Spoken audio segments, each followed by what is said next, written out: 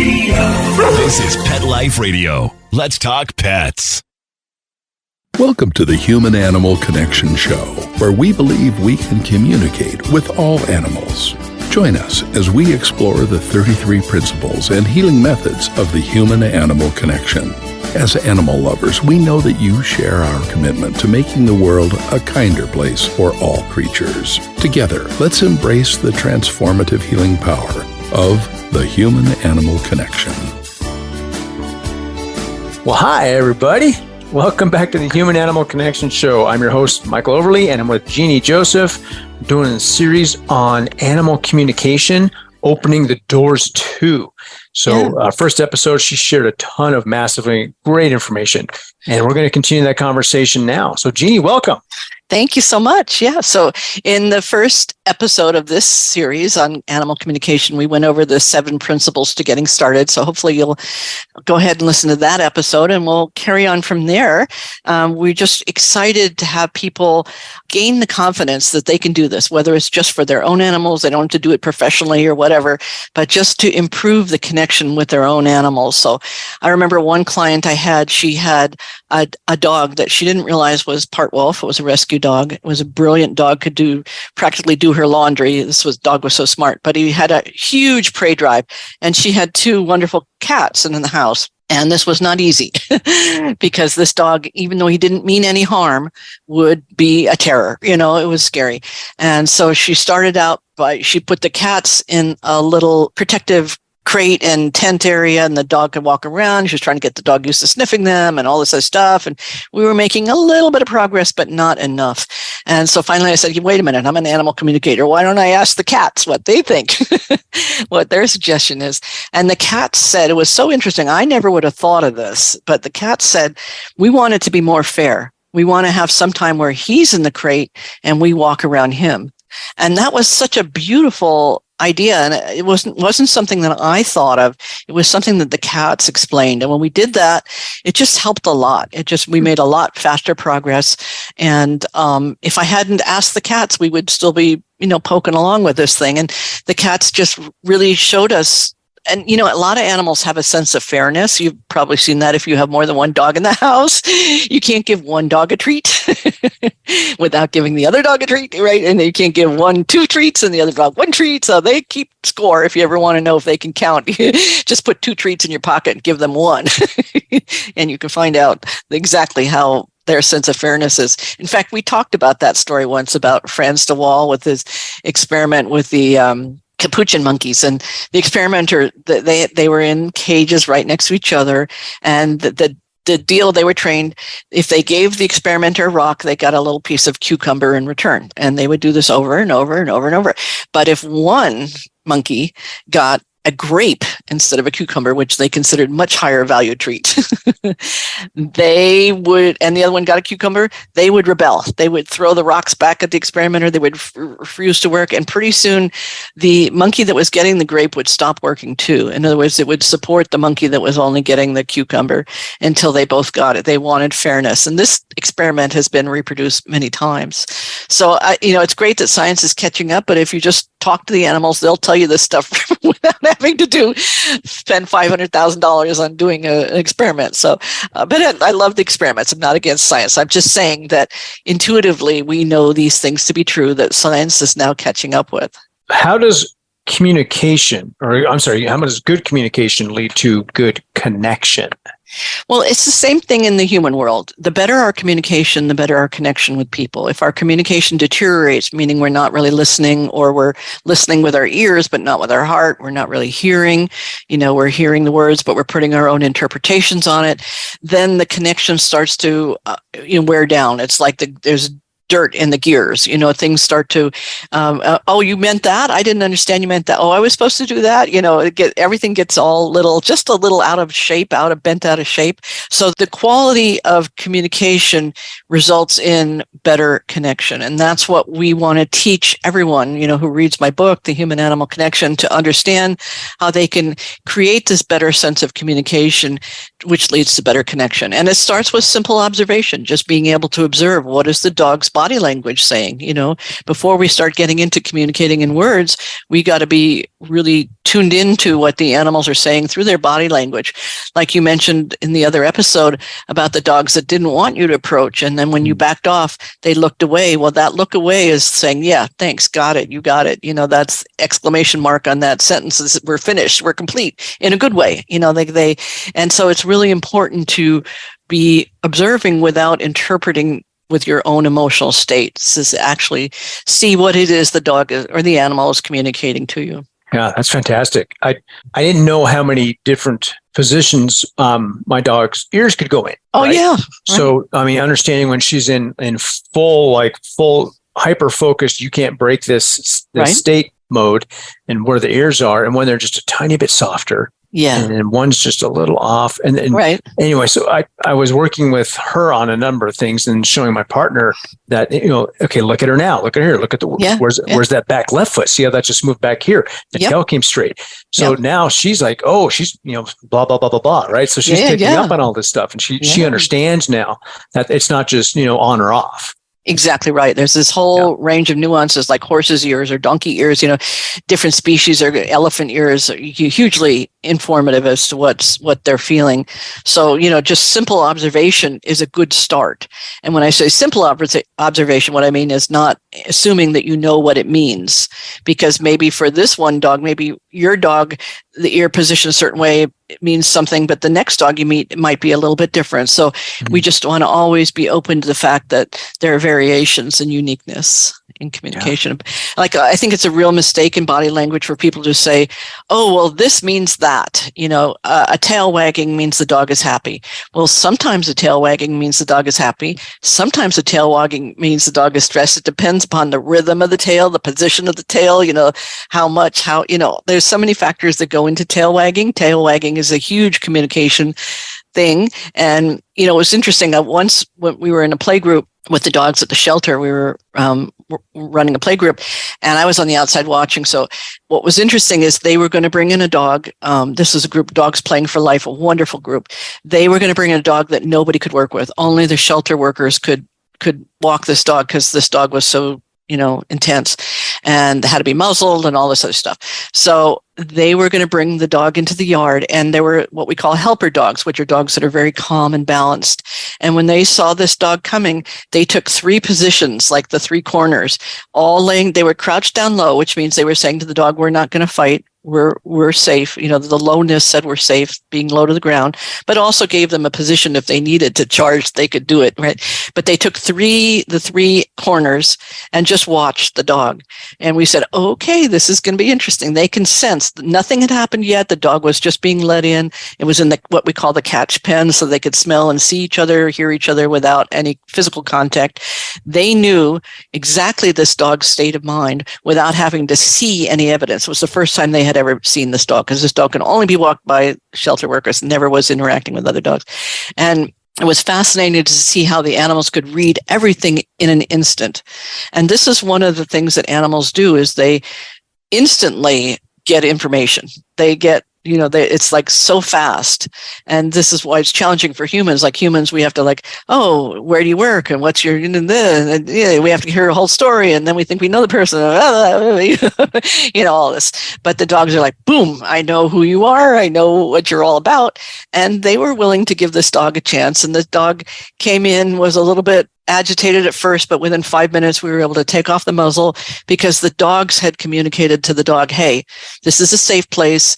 Nothing bad is going to happen here. Chill out, guy. And he did. He got it. So the humans, it would have taken months for the humans to teach that dog good socialization, right? The dogs, in 5 minutes, had communicated that. So this is one of the wonderful things about expanding our ability, because they have tremendous ability to communicate. All pack animals communicate to each other. Wolves do it, elephants do it, all these, all kinds of species do it, horses do it. They get so much information just from many things, body language being one. I'll just start with that. Yeah. And I believe a lot of it is energetic, and another thing that we have trouble perceiving, but they pick up on things from distances that we can't even fathom. So yeah. You've mentioned to me before that you said, I think in the last episode as well, animals are honest communicators. Yeah, meaning there's Jeffrey Mustaf, I hope I said his name right, wrote a book called Dogs Never Lie About Love, meaning they love you or they don't love you, but they're not like, I love you, but, so they have a tremendous honesty. However, doesn't mean that they're not capable of presenting information in a way that serves them.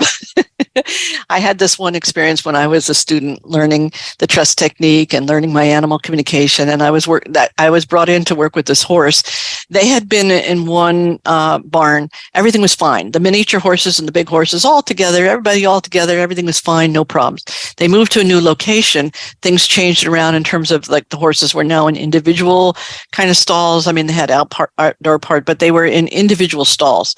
And this one horse started acting really badly. His name was Justin. He started really abusing the miniature horses, like they couldn't get near him. He was started to turn into a terror, like a crazy stallion, which he was not. He was not a stallion anymore, but they brought me in it, and I came in and I had a conversation with him. I said, "What's up? These are your friends. Why are you being a bully?" And he said, "Because they separated me from this horse, the female horse that he wanted to be with. Even though they weren't mating, they were." This was his horse, he felt. And he had been, because he was separated, he was acting out in this different way. He was taking it out on the minis, which had nothing to do with him being caught in this. So I went, and, the people who owned him didn't believe in any of this animal communication. The carer did, and that's why she brought me in, but the owner didn't. And so I went back and I said, well, Justin said he wants to be with May. And they said to me, he is with May. Every night he gets to be with May. They put him together at night.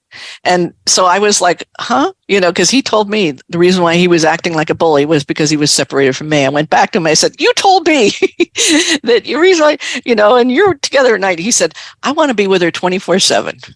That wasn't the words he used, but he said he wanted to be with her night and day. Okay. Yeah. And so I told him that, and they put them together and all the problems ended. He stopped picking on the miniature horses. There was now peace in the barn. Everything was a lot easier, because they didn't have to worry about keeping them so separate. So, that's just an example. It was a good lesson for me to realize that I needed to ask more questions, in a professional context, because sometimes they'll tell you the story from their point of view, and there may be more information that you need if you're doing this in a professional context. So I wouldn't say that Justin lied to me, but he definitely, gave me an impression that wasn't fully accurate, let's put it that way. But the happy ending, because we were able to get these two horses united again, and there was peace in the barn. Yes, they're a lot more clever than we give them credit for. A lot. Oh yeah, so. They really are something. Yeah. So yeah. What does it mean when you call an animal by the name of the species? Cats, pigs, crocodiles. Yeah, actually, what I meant to say to you about that was giving them an individual name is what I meant. So I wanted to tell you the story about cats, pigs, and crocodiles, because there was this one story, this guy with the cats, he was a foster guy. He would foster cats, the cats that were, not likely to be adopted, the ones missing an eye, missing a leg, whatever it was, so he had a lot of hard cases that he would adopt, and often he would foster. Often he would end up keeping them because nobody else wanted them. So he had I forgot what it was like 13 cats or something in his house. He had a big house, but he had 13 cats. Okay. So he would call the name of one cat. Like he'd say, Sally, and Sally would completely ignore him, but all the other cats would turn and look at Sally. They knew, even if Sally was not interested in responding to her name being called, all the other cats knew who he was talking to. And I always thought that was such a funny story. But a lot of animals can learn their names. Like pigs learn their names. Of course, we know dogs learn their names. So many animals, monkeys. And even what's interesting is crocodiles. A friend of mine went to visit one of those places that have a rescue sanctuary for crocodiles. And in order to keep order, they would have each crocodile had their own name, and to feed them, they would call out one, like Fred, and Fred would come up and get fed, and then he would go away, and they would call, Peter, I don't remember the names, but, Peter, and Peter would come up. And I just thought that was such a great story, because we don't think of crocodiles as beings that could learn their names, but, it's amazingly powerful. The dogs all know, and right now we have 3 dogs. We have a visiting dog. And we'll say to Bailey, where's Lucy? And Bailey will turn and look and show us where Lucy is. Like Lucy's not responding. We're calling Lucy, but we say, Bailey, where's Lucy? And, Bailey turns this way. We look that way. There's Lucy over there. So it's kind of cute. Wow, that's awesome. Yeah. Yeah. So, go ahead. I was going to tell you a story about dolphins. A friend of mine was a dolphin trainer in Hawaii, and he, they had to do these really silly experiments, of course, for research. They have to do really which are, kind of asking the dolphins to do things which are way below their intelligence, but they need to quantify them. So they do these stupid things like put the blue ball in the red net and get the yellow ball and move it to the the green net. Different silly things which are totally beneath these dolphins. They can learn this stuff in a second. Maybe not a second, but they learn very quickly, and they're kind of bored with this. So one day, after they had done everything really, really well, they asked them to do these simple tasks that they knew, and they just wouldn't do anything. They would just like get it all wrong, or they would like be confused or act like they didn't know. And as soon as the trainers' backs were turned, because this was all on video, right? They record all their training sessions. The dolphins had refused to do anything that the trainers asked them. But when they saw in the video, as soon as they turned their backs, they did it all right. But then they would undo it when they would turn around. So they think they'd done it all wrong. So it's fun to see, it's important not to underestimate the intelligence of animals. And when we start communicating with them, we recognize that they're pretty smart. There's that, I forget who wrote the book, Are We Smart Enough to Know How Smart Animals Are? I think that's Franz de Waal who wrote that book. Because until you start communicating, it's really easy to underestimate their experience. Absolutely. Yeah. Absolutely. And we talk about intelligence, and I wrote about this in my first book. We can't qualify or quantify even the way their intelligence works with the way we do our lives, right? Like, we can't give a monkey a Scantron form and expect him to fill it out to take a test, right? Mm-hmm. And do it exactly as you want to. Or, you know what I mean? Or dogs can learn this many words, and so he's only this intelligent. He's only capable of having a 5-year-old human intelligence.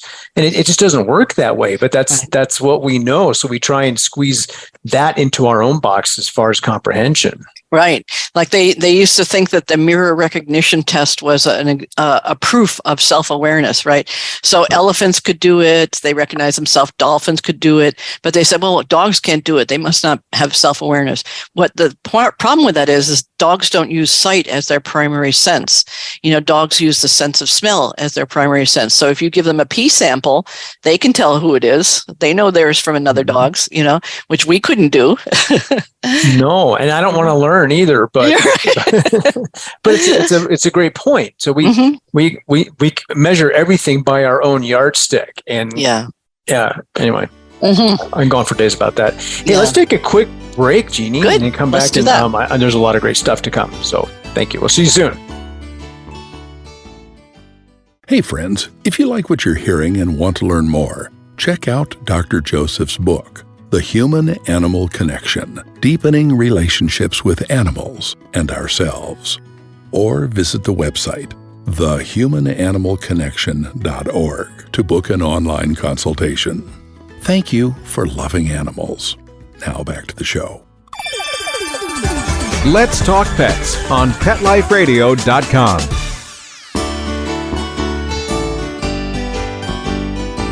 All right, folks, welcome back. Let's keep going with this. I am loving this animal communication stuff, because I can't wait to fully understand what my dog thinks about me. She won't tell me all of it. Yeah. Well, there's a wonderful story about Coco, the gorilla that was taught sign language, and it was said that she had a vocabulary of a 3-year-old child, but she did interesting things. She would sign to herself when no one was there, because they had her on video, right? So she would talk to herself with these signs, when she had these signs. And one of the early stories, Penny, her trainer, knew that Coco knew the concept of 1 week, and she had to go on a business trip, and she was going to be gone for 2 weeks. It was the first time she had left Coco for that long a period of time. So she said to Coco, I'm going to be gone for a week, because she knew Coco knew knew what 1 week meant. And when she came back, Coco had pulled out her sink in her enclosure. And Penny said, did you pull out your sink? And Coco said, no. And Penny said, are you sure? And Coco said, I didn't do it, right? And Penny said, signing, right? You lied to me. And Coco said, you lied to me first. How's that?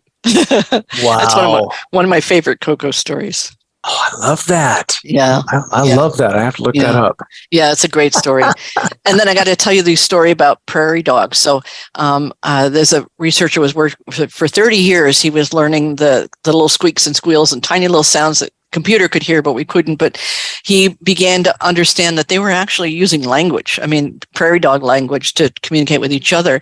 And he did an experiment where he had his research assistants walk the same way, do the same things, but all he did was change the color of their shirt. So one in a blue shirt, one in a green shirt, one in a yellow shirt, whatever. And then he recorded what they were saying about these people walking through their territory, right? And the prairie dogs would communicate all these things like human coming, blue shirt, walking slowly.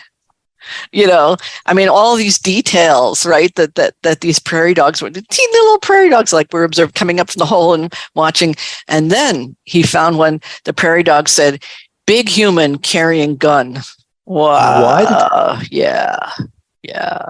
So, I mean, it's just amazing when you start to hear these stories about when we, find methods of communicating, across species using these different, I mean, I use telepathy, direct communication, but it's really interesting to hear, some of these researchers doing some of the science too. And there was a linguist named Stella Hunger, and she had Christina Hunger.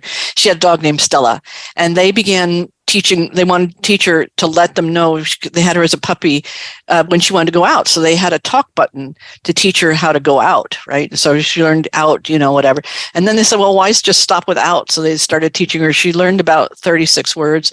They weren't looking to do, it wasn't like they were trying to do, like Chaser learned over 1,000 words, the dog, but they were just interested in words that really, directly affected the connection between them. So she got to about 36 words with these talk buttons. You could have seen the videos of the dogs stepping on the talk buttons, that each button has one word.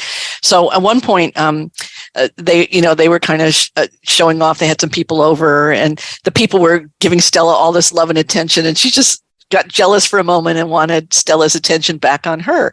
And so she said, Stella, come over here. And Stella pushed the button, Christina, later. I'll talk to you later, right? It was so funny. I mean, like, it's really interesting to see how they put these buttons together. That's fascinating. It really gives you insight. And there's a story about Kanzi, who is a bonobo, which is a species of I don't know what you call it. I don't know if you say monkey or ape. I'm sorry, but the chimpanzees, anyway, right? Yeah, they're a relative of chimpanzees. So, in fact, they're our closest genetic relative. The bonobos are. Anyway, so Sue Savage Rumbaugh was a researcher, and she was working with Kanzi with this computer that had symbols, not words, so Kanzi could communicate different things. Like a huge amount of words. I think 300 words or something, using pictures. Anyway, but she would do these things where she would make dinner with Kanzi, and she would say to Kanzi, put water in the pot. And Kanzi would go take the pot, turn on the water, put it in. And then she'd say, no, that's not enough. Put more water in. Kanzi would put more water in, put the potatoes in, put the onions in. This whole conversation, I mean, at about a young child level, but you watch this video and you realize how much Kanzi is understanding. It's just extraordinary. It's just really amazing. And and they gave her some kale, and she gave it the name slow lettuce because it took too long to chew. I love that. Yeah. Oh my gosh. Well, who was Clever Hans, and what did he prove? Yeah, well, this is really interesting because this was, what was it? What year? 1800 something. Anyway, this horse, they thought, would stamp out the numbers like 7 minus 4 equals 3. 1, 2, 3. He would stomp his foot. And it was like a world sensation. People would come from all over the world and people would watch. And, he was a famous star, this horse, Clever Hans.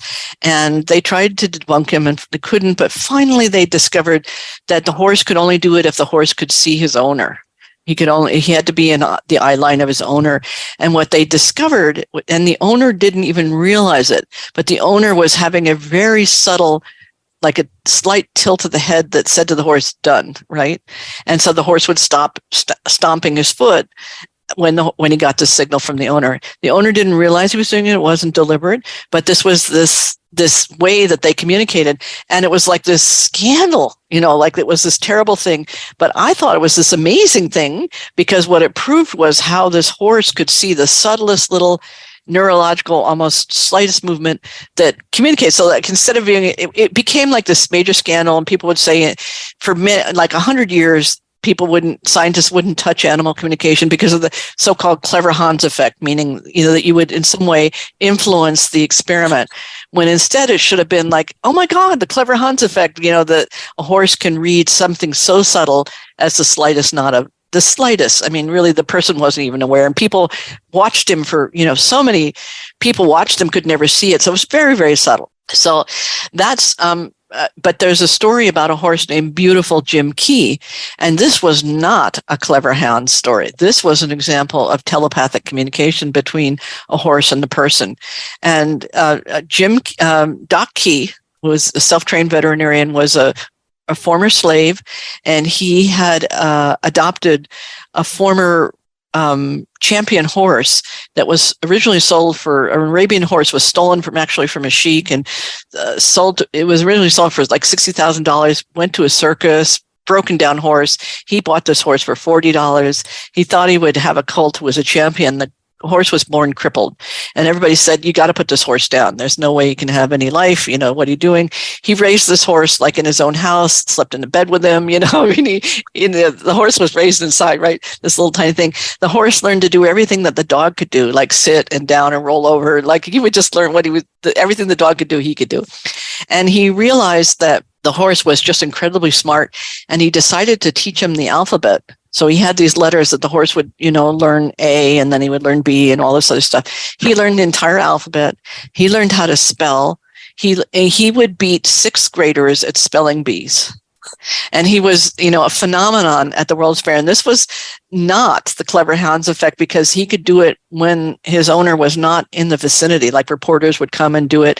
And he would tell there was one time a reporter came and Doc Key said to him, just give him an apple afterwards. That's what he's used to for performing for you. And he performed perfectly, and the reporter was perfectly convinced, but he forgot to give him the apple. So Doc Key went to see his horse afterwards and said, so how'd it go? And the horse spelled out fruitless. He got no fruit. So anyway, this is a true story. It's in public domain. You can see read about it. I just love to tell this story of Beautiful Jim Key, because it was at a time when people thought horses were beasts of burden. They were property. I mean, hundreds of horses would die a day in the streets of New York, because they had no water. They overworked them. And so Jim Key really was the beginning of helping people understand the potential intelligence of animals. And he was at the World's Fair, like 10 million people saw him. President Roosevelt came to see him. In fact, he predicted who President Roosevelt's daughter would marry. And he was right. She did marry him. I don't know if it's because the horse told her to. I don't know. But, it's just an amazing story. So I really want to encourage everyone to learn about Beautiful Jim Key, because if you have any doubts about animal communication, learning about Beautiful Jim Key will get rid of all of your doubts. So I hope that you'll be inspired to explore the world of animal communication for yourself. And again, if you're new at it, just consider this as a possibility. You don't have to believe it.